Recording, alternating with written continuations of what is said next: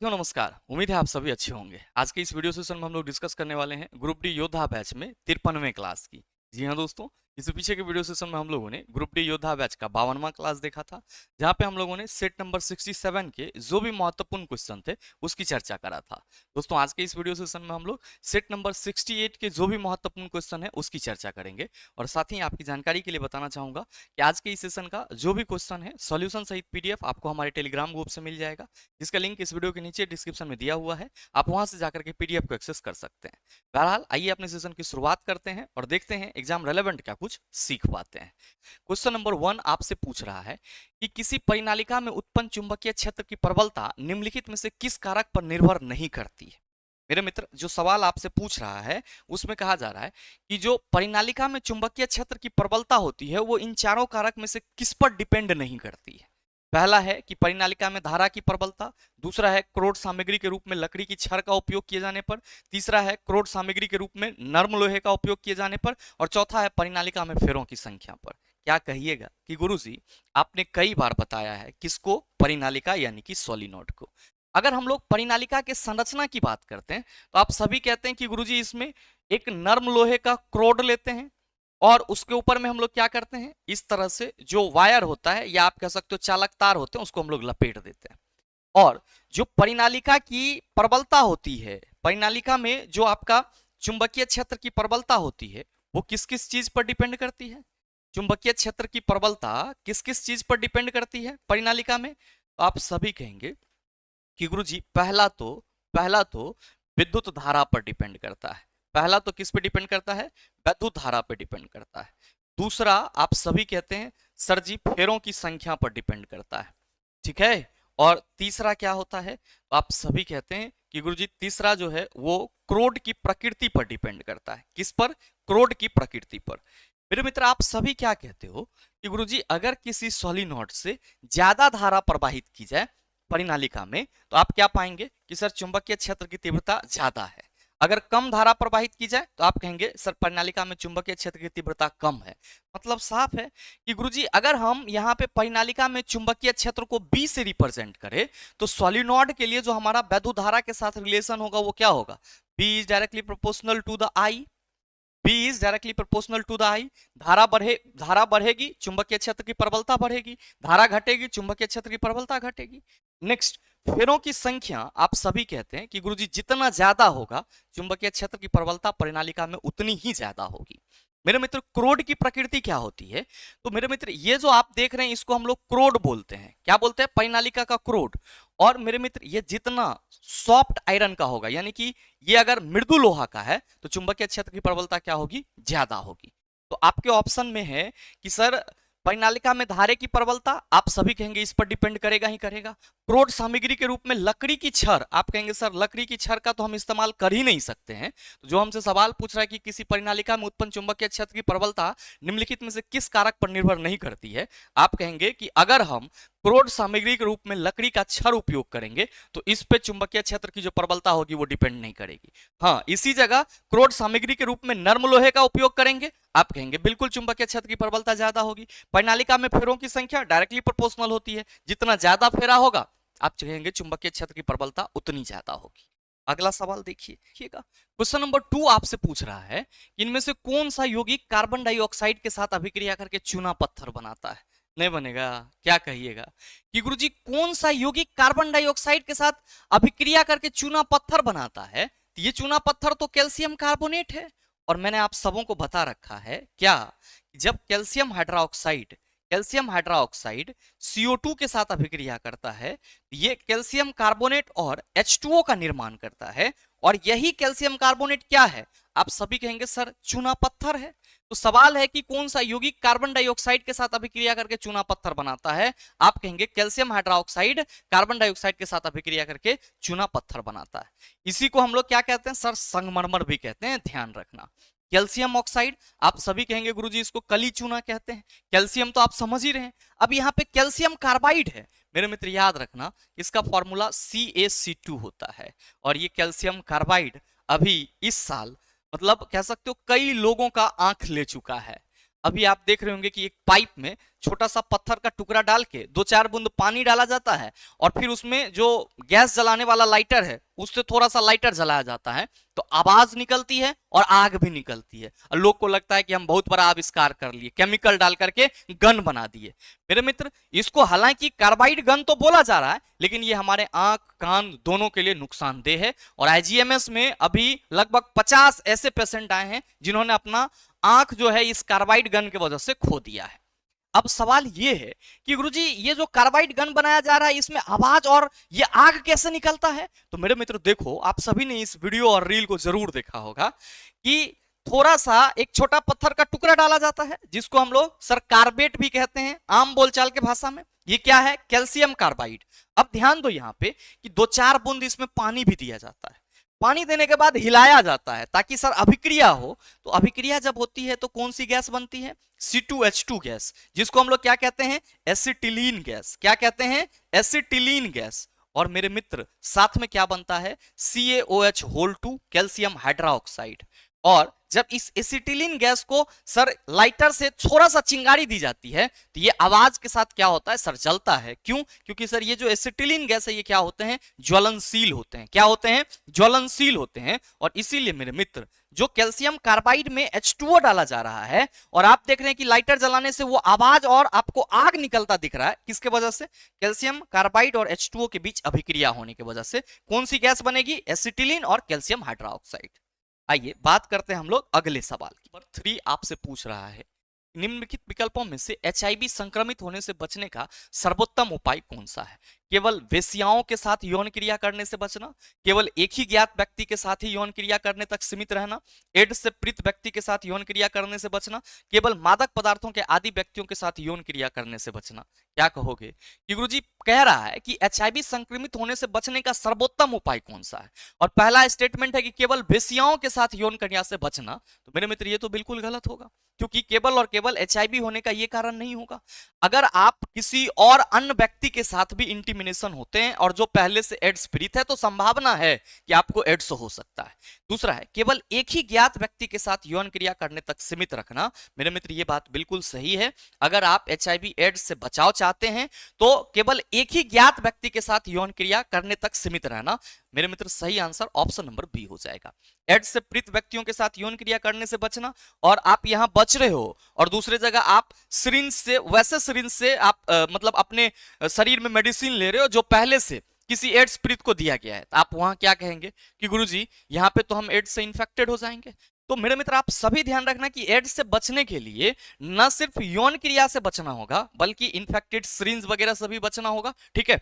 और नेक्स्ट कहा जा रहा है कि केवल मादक पदार्थों के आदि व्यक्तियों के साथ यौन क्रिया, इन सब का कोई मतलब नहीं है। सही आंसर आपका ऑप्शन नंबर बी हो जाएगा।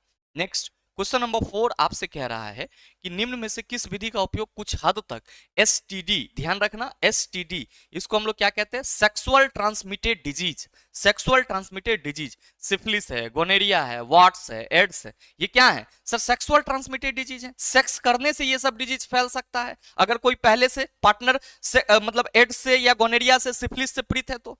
अब आप सभी ध्यान रखना कि एसटीडी को बहुत हद तक रोकने का काम कौन करता है? आप सभी कहेंगे कॉन्डोम करता है। कौन करता है? कॉन्डोम करता है। और ये जो कॉन्डोम है ये गर्भ निरोध में भी काम आता है और इसको हम लोग क्या कहते हैं सर? ये बैरियर मेथड के रूप में जाना जाता है। किस रूप में? बैरियर मेथड या मैकेनिकल मेथड के रूप में। अच्छा, कॉपर टी जो है ये आपका गर्भ निरोध के लिए क्या हो जाता है? आईयूटी। क्या हो जाता है? आईयूटी, जिसका मतलब क्या होता है? Intra uterine device. ये copper T female reproductive part में क्या किया जाता है? फिट किया जाता है, जो क्या करता है? स्पर्म के फैगोसाइटोसिस को बढ़ाता है, यानी कि स्पर्म को ये किल कर देता है और निषेचन को रोकता है। नेक्स्ट डिम्बाही उच्छेदन और शुक्रवाही का उच्छेदन। तो याद रखना यहाँ पे ये इंग्लिश में जो ओवरिक्टोमी कहा गया है ये गलत है। डिम्बवाही उच्छेदन को हम लोग क्या कहते हैं सर? ट्यूबेक्टोमी कहते हैं। क्या कहते हैं? ट्यूबेक्टोमी कहते हैं। और गर्भ निरोध यानी कि गर्भ से बचने का ये क्या है? आप सभी कहेंगे शल्य चिकित्सा प्रक्रिया है, ऑपरेशन मेथड है, जिसमें जो फीमेल का फैलोपियन ट्यूब होता है उसको क्या कर दिया जाता है सर? कट करके बांध दिया जाता है। मेरे मित्रों शुक्रवाही का उच्छेदन, इसको हम लोग क्या कहते हैं? वैसेक्टोमी कहते हैं और इसी को हम लोग शुद्ध हिंदी में सर पुरुष नसबंदी कहते हैं। और इसमें क्या होता है? तो सर जो आपका वास्ट डिफरेंस है वास डिफरेंस है जहां से स्पर्म रिलीज होती है उसको अवरुद्ध कर दिया जाता है।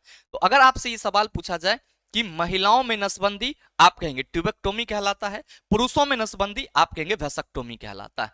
और ये सब के सब किसके लिए यूज किए जाते हैं, आप सभी कहेंगे गर्भधारण को रोकने के लिए यूज किए जाते हैं। अगला सवाल देखिए, क्वेश्चन नंबर 5 आपसे कह रहा है निम्न में से कौन सा कथन गलत है। सभी बच्चों में वाई गुणसूत्र उसकी मां से वंशागत होते हैं। कुछ प्राणी जैसे घोंघे में जीव अपना लिंग परिवर्तन कर सकते हैं। सभी मानव गुणसूत्र युग्मित नहीं होते हैं। लिंग विभिन्न जातियों में विभिन्न कारकों द्वारा निर्धारित होते हैं। आप सभी क्या कहेंगे कि गुरुजी यहां जो कहा जा रहा है कि सभी बच्चों में वाई गुणसूत्र उनकी मां से वंशागत होते हैं, तो ये तो बिल्कुल ही गलत है। क्यों? क्योंकि अगर हम फीमेल की बात करेंगे, तो इसमें तो केवल और केवल एक्स और एक्स क्रोमोसोम होगा। और मेरे मित्र याद रखना आप सभी कि सभी बच्चों में एक्स क्रोमोसोम यानी कि सभी बच्चों में एक्स गुणसूत्र जो है, एक्स गुणसूत्र उसकी मां से वंशागत होता है। किससे? उसकी मां से वंशागत होता है। क्योंकि फीमेल के पास है वो केवल और केवल एक्स और एक्स क्रोमोसोम है। तो जाहिर सी बात है कि जब ऑफ स्प्रिंग का निर्माण होगा यानी कि फर्टिलाइजेशन होगा, तो वहां पे फीमेल का जो एक्स क्रोमोसोम होगा वो किसी भी परिस्थिति में क्या करेगा सर, जो मेल के क्रोमोसोम होंगे उसके साथ रिएक्ट करेगा, क्योंकि इसके पास दो ही है और यही दो में से कोई एक क्या होगा, आप सभी कहेंगे फर्टाइल होगा। तो मेरे मित्र हमेशा याद रखना कि सभी बच्चों में एक्स गुणसूत्र उसकी मां से वंशागत होता है, ठीक है।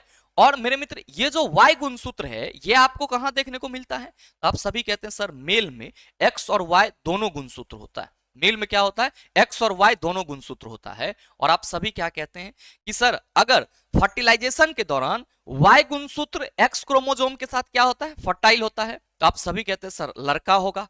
और अगर पिता से भी एक्स गुणसूत्र मिल जाए तो आप सभी क्या कहेंगे कि गुरुजी माता से तो ऑलरेडी एक्स गुणसूत्र मिला ही रहता है, तो वो क्या होगा, आप सभी कहेंगे लड़की। तो याद रखना कि अगर एक्स और एक्स क्रोमोसोम डिफ्यूज हो तो आप सभी कहेंगे लड़की होगा, यानी कि बच्चा जो होगा उसका लिंग क्या होगा, आप कहेंगे लड़की। नेक्स्ट, अगर एक्स और वाई क्रोमोसोम फर्टाइल हो तो आप सभी कहेंगे गुरुजी लड़का। क्या कहिएगा, लड़का। याद रखना कि बच्चों के लिंग निर्धारण के लिए कौन जिम्मेवार होता है, पिता जिम्मेवार होता है, माता कभी जिम्मेदार नहीं होता है। हाँ, ये अलग बात है कि बच्चे में जो अनुवांशिक गुण आएंगे वो माता और पिता दोनों से समान रूप से प्रभावित होंगे, लेकिन बच्चे का लिंग निर्धारण किसके थ्रू होगा, आप कहेंगे सर केवल पिता के द्वारा।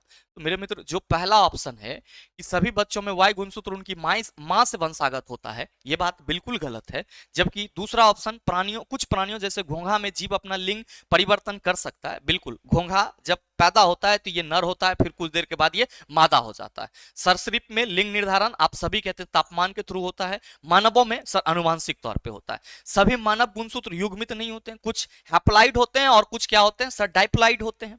लिंग विभिन्न जातियों में विभिन्न कारकों द्वारा निर्धारित होता है, बिल्कुल सही है, ठीक है।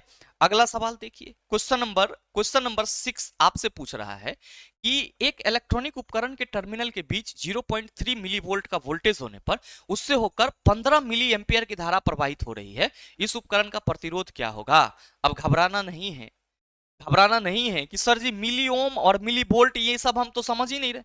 मेरे मित्र जब आपका वोल्टेज 0.3 मिली वोल्ट है और धारा आपका 15 मिली एम्पियर है, तो दोनों तो मिली वोल्ट और मिली एम्पियर यानी कि समान यूनिट में है। तो हमसे पूछ रहा है कि प्रतिरोध R इक्वल टू क्या होगा, तो R इक्वल टू V बटा I होता है। V चला 0.3 बटा 15। आप यहां से पॉइंट हटाओ, आप सभी क्या कहेंगे कि गुरुजी ये हमारा हो जाएगा 3 बटा 150, 3 बटा 150। अब 3 एकम 3, 50 दिया 150।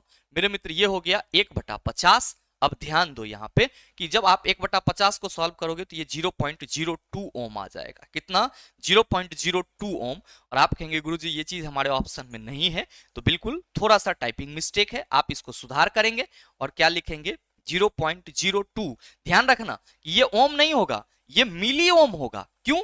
क्योंकि सर वोल्टेज हमारा मिली वोल्ट है, धारा मिली एम्पियर है। तो आप सभी कहेंगे कि गुरुजी ये 0.02 मिली ओम हो जाएगा। और राइट आंसर हम लोग ऑप्शन नंबर बी टिक करेंगे। क्या करेंगे, right answer option number B tick करेंगे। अब मेरे मित्र ये याद रखना कि ये जो मिली वोल्ट मिली एम्पियर है ये क्या है। तो मेरे मित्र जब भी हम मिली लगा दिए तो आप कहेंगे ये छोटा मात्रक होगा। धारा मापने का छोटा इकाई आप कहेंगे मिली एम्पियर, और वोल्टेज मापने का छोटा इकाई आप कहेंगे मिली वोल्ट। बस याद रखना, बस याद रखना कि अगर हम 1 मिली एम्पियर की बात करेंगे तो इसमें कितना एम्पियर होगा, आप सभी कहेंगे 10⁻³ एम्पियर। कितना? 10⁻³ एम्पियर। तो ये चीज भी ध्यान में रखेंगे। अगला सवाल देखिए, क्वेश्चन नंबर 7 क्या कह रहा है कि निम्न में से कौन सा दी गई रासायनिक अभिक्रिया के लिए सही संतुलित समीकरण है। जैसे ही सही संतुलित समीकरण पूछेगा, अभिकारक और प्रतिफल दोनों और परमाणु की संख्या को काउंट करेंगे। अगर अभिकारक और प्रतिफल दोनों और परमाणु की संख्या समान है, समीकरण संतुलित ना है, आप कहेंगे समीकरण असंतुलित है। देखो चला, यहां लोहा के 3 परमाणु हैं और सर यहां पे लोहा के 9 परमाणु हैं। ठीक है, आप देखो Fe3 मतलब यहाँ पे Fe3O4 के सर क्या हो रहे हैं, आप कहेंगे सर 3 मॉलिक्यूल्स बन रहे हैं। तो कतई संभव नहीं है, क्योंकि लोहा यहाँ पे 3 और वहां 9, तो आप कहेंगे ऐसे ही गड़बड़ा जाएगा मामला। दूसरा देखो कि लोहा पे यहाँ के 1 परमाणु है और यहाँ पे फिर से लोहा के 3 परमाणु है, मामला यहाँ भी गड़बड़ा जाएगा।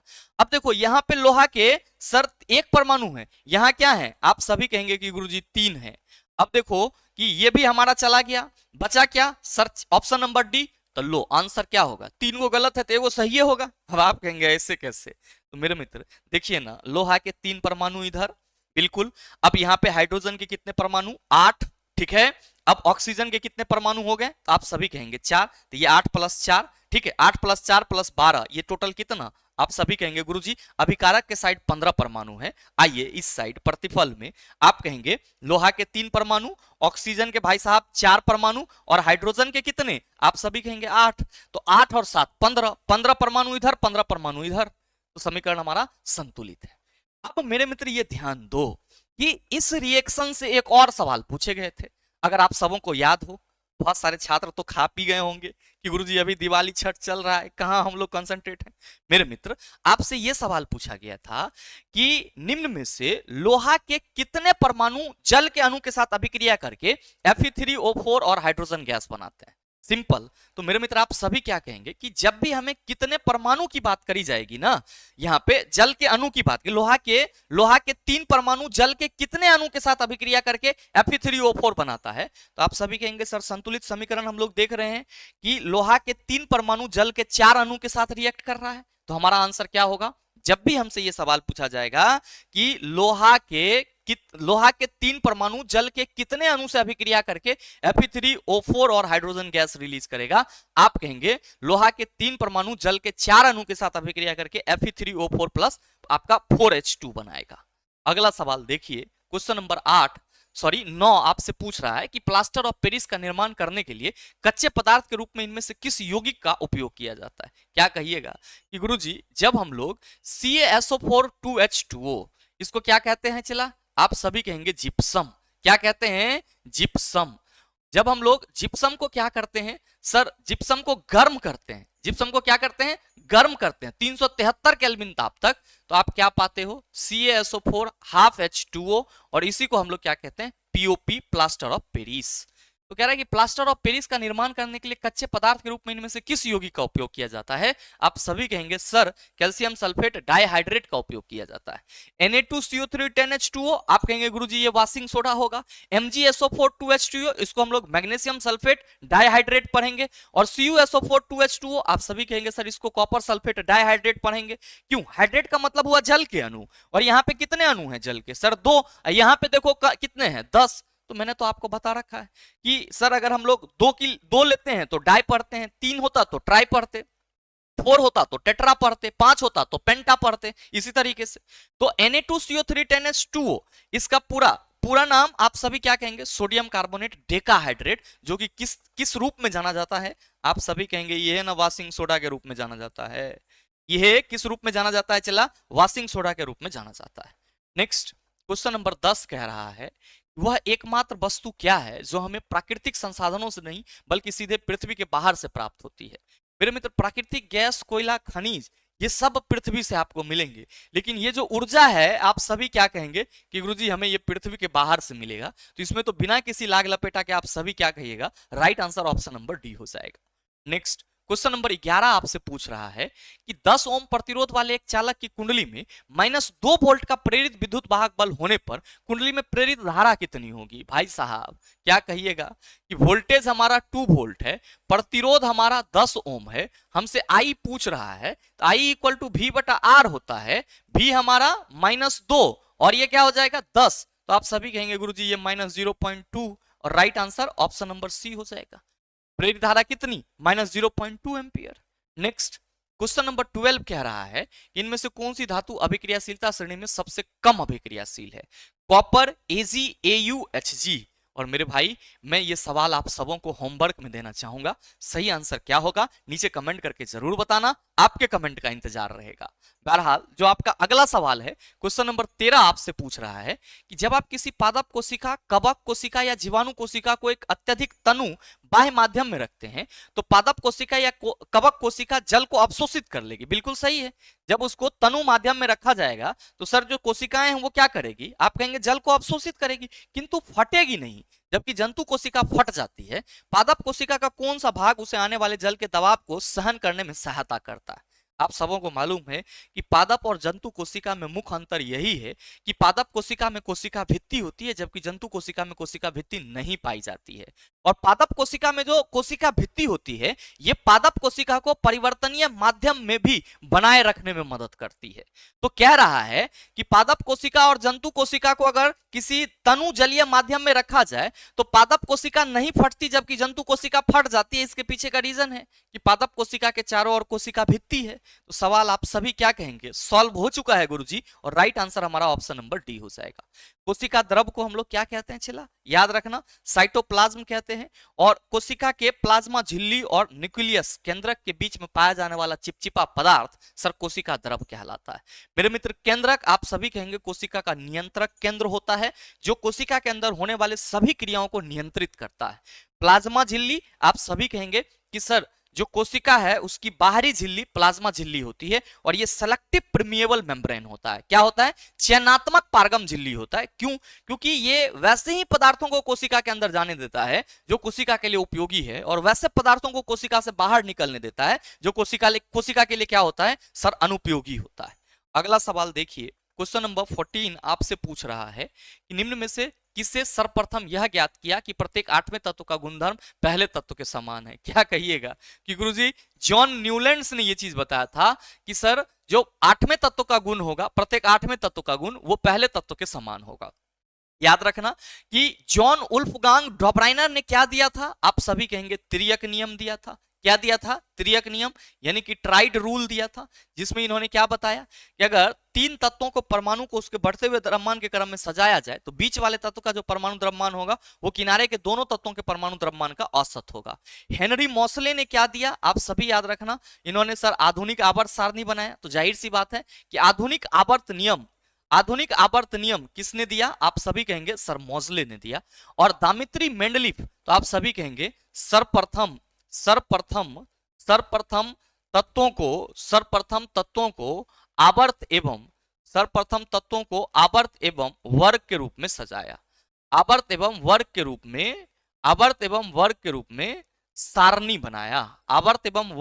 में सारणी बनाया। और मेरे मित्र इसीलिए कहते हैं कि आवर्त सारणी की खोज सबसे पहले किसने करा, आप कहेंगे सर मेंडलीफ ने करा। किसने करा, मेंडलीफ ने। याद रखना कि मेंडलीफ, न्यूलैंड और डॉबराइनर तीनों का जो नियम था तत्वों के गुणों को समझने के लिए वो परमाणु द्रव्यमान पे आधारित था, जबकि हेनरी मोसले का जो आवर्त नियम था ये किस पे आधारित था, तो आप सभी यहाँ पे लिख लो, परमाणु संख्या पे आधारित था। किस पे आधारित था, परमाणु संख्या पे आधारित था, ये चीज ध्यान में रखना। अगला क्वेश्चन नंबर 15 कह रहा है कि निम्न में से कौन सा एल्कीन का सामान्य सूत्र है। एल्कीन तो आप सभी कहेंगे गुरुजी CnH2n होगा। CnH2n-2 आप सभी कहेंगे गुरुजी ये एल्काइन हो जाएगा। क्या हो जाएगा, एल्काइन। CnH2n+2 आप सभी कहेंगे गुरुजी ये एल्केन हो जाएगा। क्या होगा, एल्केन। एल्केन में कार्बन और कार्बन के बीच में सिंगल बॉन्ड, एल्काइन में कार्बन और कार्बन के बीच में आप कहेंगे ट्रिपल बॉन्ड, और एल्कीन में कार्बन और कार्बन के बीच में आप कहेंगे डबल बॉन्ड होगा। सर एल्कीन और एल्काइन असंतृप्त हाइड्रोकार्बन होंगे जबकि एल्केन आप कहेंगे संतृप्त हाइड्रोकार्बन।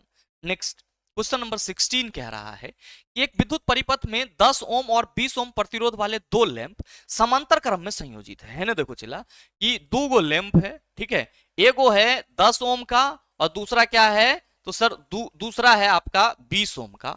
10 ओम और 20 ओम का समांतर क्रम में संयोजित है।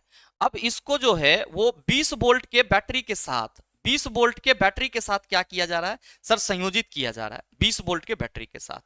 कह रहा है कि यदि शक्ति, वोल्टेज, धारा और प्रतिरोध को क्रमशः P, V, I और R द्वारा निरूपित किया जाता है तो निम्न में से कौन सा संबंध सत्य है। मेरे मित्र आपको यहाँ पे कोई वैल्यू नहीं निकालना है, ये समांतर क्रम में सजा हुआ है और कह रहा है कि अगर शक्ति P हो, वोल्टेज V हो, बहने वाली धारा I हो, प्रतिरोध R हो तो ये कौन सा संबंध सही होगा। आप क्या कहते हो कि गुरु जी अगर हम लोग समांतर क्रम में संयोजन की बात करते हैं तो परिपथ के लिए जो शक्ति होता है वो P equal to V square बटा आर, P इक्वल टू क्या होता है वी स्क्वायर बटा आर। और हम यहां कहते हैं कि जो शक्ति होगी वो प्रतिरोध के व्युत्क्रमानुपाती होगी। आप सभी कहेंगे सर एक ही ऑप्शन सही है और वो ऑप्शन हमारा कौन सा है, ऑप्शन नंबर बी है। अब बहुत सारे मित्र सोच रहे होंगे कि P equal to V square R कहां से ले आया। मेरे मित्र आप सभी देखो, आप सबों को मालूम है कि अगर हम लोग P इक्वल टू वी आई कहते हैं तो आप सभी कहते हैं कि गुरुजी आप I इक्वल टू वी बटा आर भी कह सकते हैं।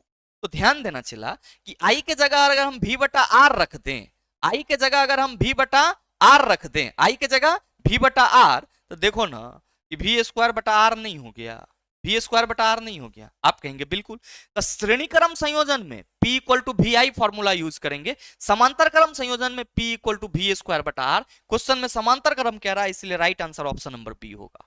अगला देखो क्वेश्चन नंबर 17 कह रहा है कि एक विद्यार्थी ने एक गोलीय लेंस और एक गोलीय दर्पण दोनों के आवर्धन मापे, उसने पाया कि दोनों ही +3.0 है। वह निष्कर्ष निकालेगा लेंस उत्तल है लेकिन दर्पण अवतल है, लेंस और दर्पण दोनों अवतल हैं, लेंस अवतल है लेकिन दर्पण उत्तल है, लेंस और दर्पण दोनों उत्तल है। मुझे मालूम है कि आप में से 75% छात्र इस क्वेश्चन का सही आंसर नहीं दे पाएंगे। क्या है सर, इसीलिए क्योंकि आपके दिमाग में घूमेगा कि यहां पे जो आवर्धन का वैल्यू है वो +3.0 है, यानी कि आवर्धन 3 है। मतलब ये हुआ कि जो प्रतिबिंब बन रहा है वो वस्तु के आकार का 3 गुना बन रहा है, तो जाहिर सी बात है कि प्रतिबिंब हमारा बड़ा बन रहा है। लेकिन कहा जा रहा है कि जो आवर्धन का वैल्यू है वो प्लस साइन में है। तो आप सभी कहेंगे कि गुरुजी आवर्धन वैल्यू प्लस साइन में है तो हम सबों को मालूम है कि उत्तल लेंस की जो फोकस दूरी होती है वो धनात्मक होती है और उत्तल लेंस में जो बना हुआ प्रतिबिंब होता है वो कैसा होता है, आप सभी कहते हैं गुरुजी वास्तविक होता है। कैसा होता है, वास्तविक। और उत्तल लेंस के लिए आवर्धन का वैल्यू आपको क्या आता है, वास्तविक प्रतिबिंब के लिए आप सभी कहते हो धनात्मक, और लेंस के लिए जो आपका काल्पनिक प्रतिबिंब के लिए आवर्धन का वैल्यू आता है वो क्या आता है, आप कहते हो ऋणात्मक। तो मेरे मित्र यहाँ पे प्रतिबिंब 3 गुना आकार का बन रहा है, वस्तु के 3 गुना आकार का, वस्तु से बड़ा बन रहा है और यहां पे +3.0 लिखा हुआ है। तो ये प्लस साइन बता रहा है कि सर अगर हम लेंस की बात करेंगे तो ये हमारा उत्तल लेंस होगा। क्या होगा, उत्तल लेंस होगा। अब मामला कहां फंसेगा, मामला फंसेगा कि गुरुजी दर्पण में तो वास्तविक प्रतिबिंब बनेगा, दर्पण में तो वास्तविक प्रतिबिंब बनेगा, वो तो ऋणात्मक होता है, लेकिन यहां पे +3.0 दिया हुआ है, ये तो हमारा अवतल दर्पण नहीं होगा। अवतल दर्पण में अगर आप वास्तविक प्रतिबिंब के लिए आवर्धन लेंगे तो क्या होगा, ऋणात्मक, लेकिन यहां पे क्या है, आप कहेंगे सर पॉजिटिव, तो ये हमारा अवतल दर्पण नहीं है। बिल्कुल गलत सोच रहे हैं मेरे मित्र। आप सबों को मालूम है, आप सबों को मालूम है कि अवतल दर्पण हर एक स्थिति में वास्तविक प्रतिबिंब बनाता है सिवाय एक स्थिति को छोड़ के, और वो स्थिति क्या है, तो आप सभी कहेंगे सर PFC, ये हमारा फोकस, ये वक्रता के अंदर। और जब वस्तु को हम लोग अवतल दर्पण के फोकस और ध्रुव के बीच रखते हैं तो प्रतिबिंब हमारा दर्पण के पीछे बनता है, और प्रतिबिंब कैसा होता है सर, काल्पनिक होता है। कैसा होता है, काल्पनिक होता है, और वस्तु के आकार का बड़ा होता है। तो अवतल दर्पण भी एक केस में सर काल्पनिक और आभासी, काल्पनिक या आभासी और वस्तु से बड़ा प्रतिबिंब बनाता है। और वो प्रतिबिंब कैसा होता है सर, वस्तु से बड़ा होता है। तो जाहिर सी बात है कि आवर्धन जो है यहाँ पे वो 3.0 है, तो आप सभी कहेंगे आवर्धन 3 है, मतलब प्रतिबिंब हमारा यहाँ पे क्या बन रहा है सर, प्रतिबिंब अगर हम अवतल दर्पण में देखेंगे तो कहेंगे सर काल्पनिक होगा, लेकिन सर क्या होगा, वस्तु के आकार से बड़ा होगा। तो हमारा जो राइट आंसर होगा वो क्या होगा कि सर लेंस उत्तल है लेकिन दर्पण अवतल है। Right answer option number A होगा। क्यों? क्योंकि अवतल दर्पण एक केस में जब वस्तु को पोल और फोकस के बीच रखा जाएगा तो सर प्रतिबिंब दर्पण के पीछे बनेगा जो कि आभासी है, तो जाहिर सी बात है कि आवर्धन का वैल्यू धनात्मक आएगा। और ये सर 3 है, मतलब आवर्धन 3 है, मतलब वस्तु के आकार का 3 गुना प्रतिबिंब बन रहा है। यहां भी तो वस्तु के आकार से बड़ा प्रतिबिंब बनता है। अब आप कहोगे कि सर और ऑप्शन काहे नहीं होगा, इसका जवाब दीजिए। लेंस और दर्पण दोनों अवतल हैं, यह संभव नहीं हो सकता है। इसलिए नहीं संभव हो सकता है कि सर जब आवर्धन का वैल्यू पॉजिटिव है तो लेंस के सेंस में यह वास्तविक प्रतिबिंब निर्मित कर रहा है। आवर्धन अगर ऋणात्मक होता तो लेंस के सेंस में यह काल्पनिक हो जाता। तो हम अगर ये कह दें कि लेंस और दर्पण दोनों अवतल हैं, यह बात गलत हो जाएगा, क्योंकि अवतल लेंस से बना हुआ जो प्रतिबिंब होगा उसके लिए हमारा आवर्धन का वैल्यू ऋणात्मक आएगा। ये चीज ध्यान रखना, अवतल लेंस से बना हुआ। तो आप कहेंगे गुरुजी ऑप्शन नंबर बी चला गया, लेंस अवतल है, संभव ही नहीं है, क्योंकि अवतल लेंस में आप सभी क्या कहेंगे कि हमेशा काल्पनिक प्रतिबिंब बनेगा, और जो प्रतिबिंब होगा वो क्या होगा सर, वस्तु के आकार से छोटा।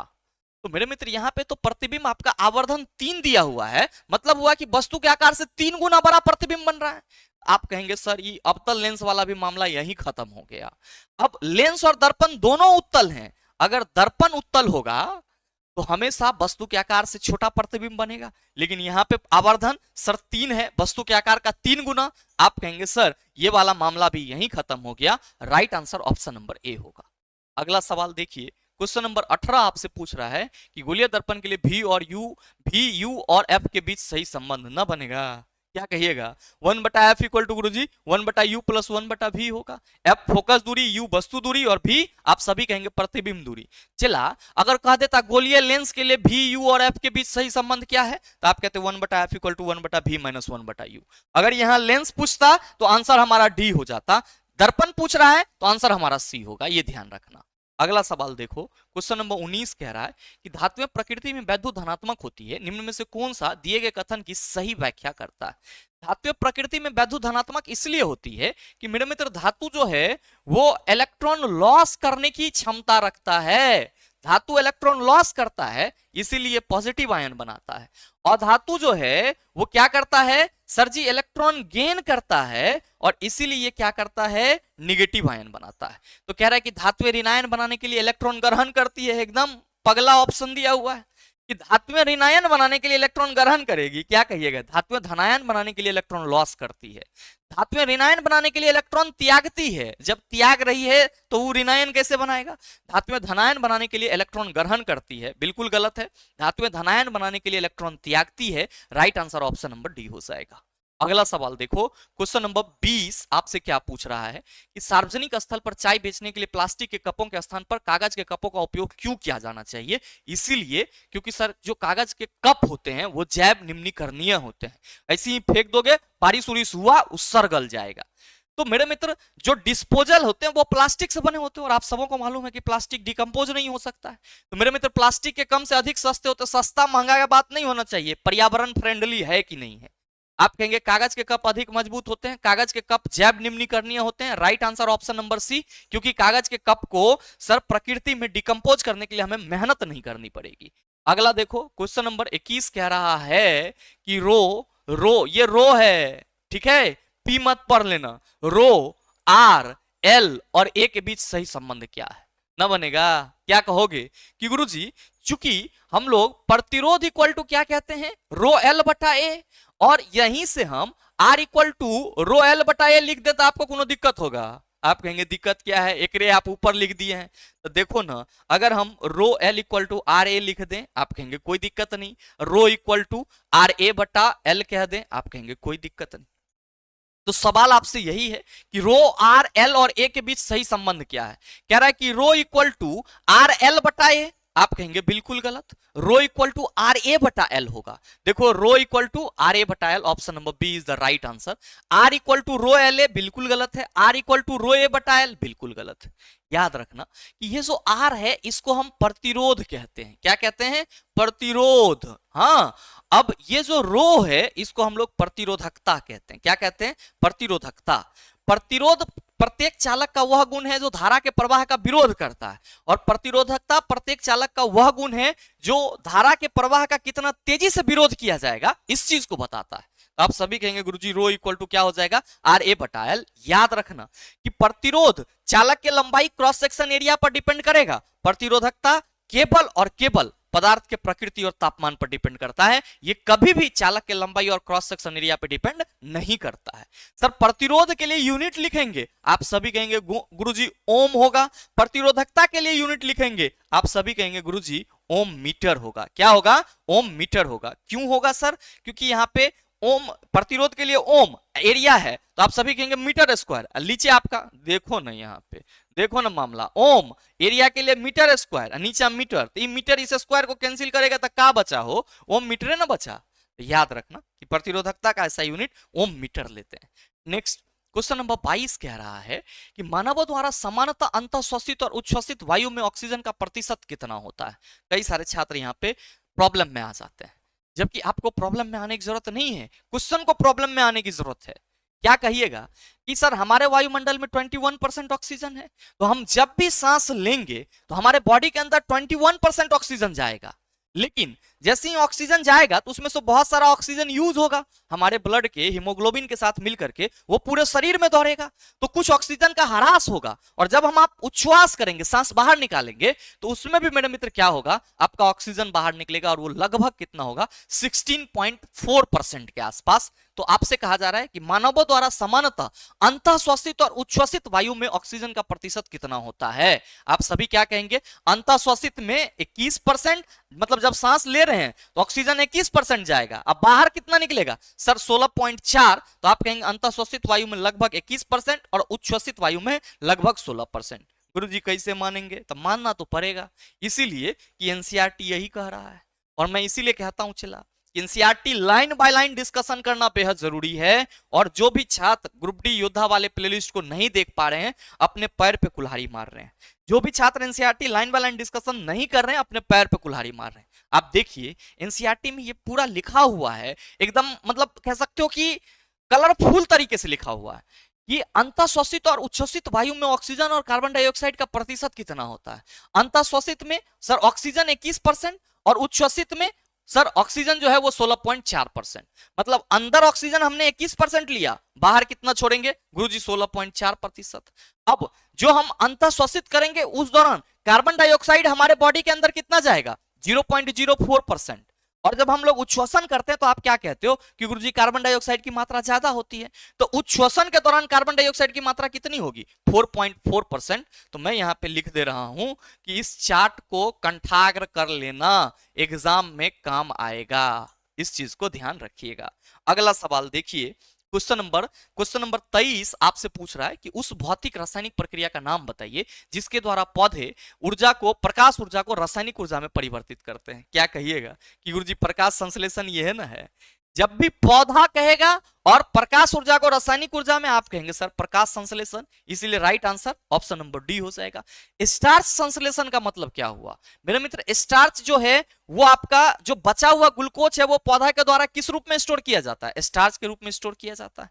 प्रकाश संश्लेषण किस प्रकार की अभिक्रिया है? रेडॉक्स रिएक्शन है। अगला सवाल देखिए, क्वेश्चन नंबर 24 कह रहा है कि 10 सेंटीमीटर व्यास वाली एक गेंद को 5 डायोप्टर की क्षमता वाले लेंस के सामने 40 सेंटीमीटर की दूरी पर रखा जा रहा है। गेंद के प्रतिबिंब का व्यास कितना होगा? अब बहुत सारे छात्र हड़बड़ा गए होंगे कि यहाँ पे व्यास दे दिया है, क्या होगा व्यास? मेरे मित्र मैंने आपको कई बार बताया ऐसे सवाल। 10 सेंटीमीटर व्यास वाली एक गेंद है, मतलब जो गेंद है उसकी जो ऊंचाई है या गोलाई है वो कितना है? 10 सेंटीमीटर। अब जो लेंस है उसकी क्षमता कितनी है? +5.0 डायोप्टर। ध्यान दो चला कि लेंस की क्षमता धनात्मक है, बने लेंस हमारा उत्तल है। कह रहा है कि लेंस के सामने 40 सेंटीमीटर की दूरी पर वस्तु रखी गई, तो U = -40 सेंटीमीटर। क्या पूछ रहा है कि गेंद के प्रतिबिंब का व्यास कितना होगा? HI = what? क्या कहोगे कि गुरुजी चूंकि यहां पे हमारा लेंस का क्षमता दिया हुआ है कि P = 5.0 डायोप्टर, और हम सबों को मालूम है कि P = 1/f होता है, इसीलिए हम 5 = 1/f कहेंगे, और 5f इक्वल टू 1, और आप सभी क्या कहिएगा कि गुरुजी ये f इक्वल टू 1/5 हो जाएगा। अब ये डायोप्टर में है तो ये जो वैल्यू है वो मीटर में आया। मेरे मित्र सेंटीमीटर में चेंज करने के लिए 100 से गुना नहीं करोगे, तो फोकस दूरी लेंस की कितनी, 20 सेंटीमीटर। सर कौन सी लेंस है, उत्तल लेंस, तो इसकी फोकस दूरी 20 सेंटीमीटर धनात्मक होगी। अब कह रहा है कि गेंद के प्रतिबिंब का व्यास क्या होगा। याद कीजिए मैंने आपको फॉर्मूला बताया है कि जब आपको क्वेश्चन में फोकस दूरी और वस्तु दूरी दिया हुआ रहे तो लेंस के लिए जो आवर्धन होता है, लेंस के लिए जो आवर्धन होगा यानी कि मैग्निफिकेशन होगा, वो किसके बराबर होगा, m इक्वल टू एफ बटा एफ प्लस यू के बराबर होगा। m इक्वल टू एफ बटा एफ प्लस यू के बराबर होगा, है ना। देखो चला, फोकस दूरी 20 सेंटीमीटर, यहां पे भी 20 प्लस ये मेरे मित्र वस्तु दूरी कितना है, -40 सेंटीमीटर, तो लीजिए ना -40 सेंटीमीटर। आप सभी कहेंगे कि गुरुजी ये जो m है वो हो जाएगा 20, ये 20 माइनस 40, तो आप कहिएगा plus minus minus, plus minus minus, तो 20 माइनस 40 आप सभी क्या कहेंगे कि गुरुजी ये हो जाएगा हमारा -20। कितना आ जाएगा, -20। ध्यान देना कि ये और ये कैंसिल, मतलब आवर्धन का वैल्यू कितना है, -1 है। आवर्धन का वैल्यू कितना है सर, -1 है। अब मेरे मित्र आप सभी को यह भी तो मालूम है कि sir m equal to H I बटा एच ओ होता है, तो आवर्धन का वैल्यू आपका कितना है, आप सभी कहेंगे गुरुजी -1, और एच आई आपको प्राप्त करना है, जबकि एच ओ आपका दिया हुआ है कितना, सर एच ओ दिया हुआ है आपका 10 सेंटीमीटर। एच ओ कितना दिया हुआ है सर, 10 सेंटीमीटर। एक मिनट, 20 माइनस 20 40, सही है क्या, यहाँ पे बिल्कुल सही है। तो आप सभी देखो कि एच आई इक्वल टू क्या हो जाएगा, आप कहेंगे गुरुजी 10 सेंटीमीटर। अच्छा ध्यान देना कि यहां हम आवर्धन का मान ऋणात्मक नहीं भी लेंगे तो भी चलेगा, ये तो ऋणात्मक साइन हमें ये बता रहा है कि उत्तल लेंस में जो प्रतिबिंब बन रहा है वो वास्तविक है। तो हम m equal to 1 H I बटा एच ओ करेंगे तो सर एच आई क्या हो जाएगा, 10 centimetre. Right answer option number C हो जाएगा, बिना किसी लाग लपेटा के। चलेंगे अगले सवाल की ओर। क्वेश्चन नंबर 25 से पूछ रहा है कि क्या होता है जब शांत हाइड्रोक्लोरिक अम्ल को मैग्नीज डाइऑक्साइड में मिलाया जाता है। मेरे मित्र पूछा जा रहा है कि क्या होगा जब सांद्र हाइड्रोक्लोरिक अम्ल को मैग्नीज डाइऑक्साइड में मिलाया जाएगा। पहला ऑप्शन है कि हाइड्रोजन गैस मुक्त होती है, दूसरा है आपका कि मैग्नीज डाइऑक्साइड का मैग्नीज क्लोराइड में अपचयन होता है, तीसरा है कि हाइड्रोक्लोरिक अम्ल का अपचयन होता है जबकि मैग्नीज ऑक्साइड का ऑक्सीकरण होता है, हाइड्रोक्लोरिक अम्ल का क्लोरीन गैस में अपचयन होता है। क्या होगा मेरे मित्र, ध्यान देखो, ध्यान दो यहाँ पे कि MnO2 जब HCl के साथ अभिक्रिया करेगी तो ये क्या बनाएगी, आप सभी कहेंगे MnCl2 मैग्नीज क्लोराइड बनाएगी, H2O बनेगा और साथ में क्लोरीन गैस रिलीज होगा। अब ध्यान दो यहाँ पे कि MnO2 से ऑक्सीजन निकल रहा है, MnO2 से ऑक्सीजन निकल रहा है, तो आप सभी कहेंगे कि गुरुजी इसका अपचयन हो गया, इसका अपचयन हो गया। क्यों, क्योंकि ऑक्सीजन का निकलना हाइड्रोजन का जुटना रिडक्शन कहलाता है। तो मैग्नीज ऑक्साइड का मैग्नीज क्लोराइड में क्या हो गया, आप सभी कहेंगे अपचयन। अब देखो कि HCl जो है ये क्या हो रहा है सर, H2O और Cl2 में टूट जा रहा है।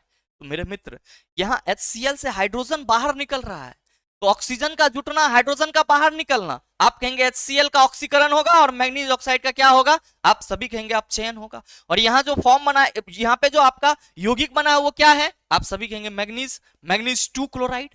तो पहला ऑप्शन है कि हाइड्रोजन गैस मुक्त होती है, बिल्कुल नहीं, क्लोरीन गैस मुक्त होगी।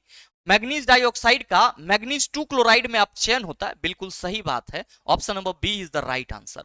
तीसरा देखो कि हाइड्रोक्लोरिक अम्ल का अपचयन होता है, बिल्कुल गलत है, इसका क्या होगा, ऑक्सीकरण होगा। क्यों सर जी, इसीलिए कि हाइड्रोजन इससे बाहर निकल रहा है।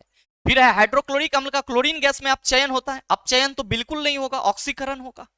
तो आपके आज के इस सेट में टोटल 25 सवाल थे, जो कि मेरे मित्र आपका पूरा हो चुका है और मुझे उम्मीद है कि आप सभी क्वेश्चन को आसानी से समझ पाए होंगे। और ऐसे सवाल अगर आपको दोबारा दिख जाए तो आप उसका जवाब भी आसानी से दे सकते हैं। साथ ही मेरे मित्र आप सभी को जैसा कि मालूम है कि द लॉजिकल साइंस एप्लीकेशन पे महाछूट आज रात 12 बजे तक ही उपलब्ध है। तो आप सभी किसी भी कोर्सेज को अगर आप पहले से चाह रहे हैं कि गुरुजी हम इसमें पढ़ना चाह रहे थे लेकिन हमारे पास पैसे का अभाव था, क्योंकि आप में से बहुत सारे छात्र दिवाली ऑफर खत्म होने के बाद भी लगातार मैसेज और कॉल कर रहे हैं, अभी भी फोन में लगभग 60 इंक्वायरी पड़ी हुई है और मुझे मालूम है कि आप वही कहेंगे कि गुरुजी बैच का फीस जो है वो बढ़ गया है। तो मेरे मित्र ऐसा आप फिर से कल से ना कहो, इसीलिए आज 12 बजे रात तक अपने समय का सही सदुपयोग कीजिएगा। अगर आप हमारे साथ NCERT line by line discussion करना चाहते हैं, मिशन 2025 बैच में आना चाहते हैं, सर बेसिक साइंस पढ़ना चाहते हैं, ट्रेड पढ़ना चाहते हैं, तो सभी बैचेस आज रात 12 बजे तक आप सभी 199 में इनरोल कर सकते हैं। बहरहाल उम्मीद करते हैं ये छोटा सा वीडियो आप सबों के लिए उपयोगी रहा होगा। अगर आपके लिए उपयोगी है तो वीडियो को लाइक कीजिएगा, ज्यादा से ज्यादा अपने दोस्तों के साथ शेयर कीजिएगा, और अगर आप चैनल पर नए हैं तो सब्सक्राइब करके बेल आइकन दबा लीजिएगा, ताकि इस तरह के एग्जाम रेलेवेंट वीडियो का नोटिफिकेशन सबसे पहले आपके पास पहुंचे और आप उसको सबसे पहले देख पाओ। मिलते हैं फिर अगले सेशन में, तब तक के लिए best of luck. Thank you, have a nice day.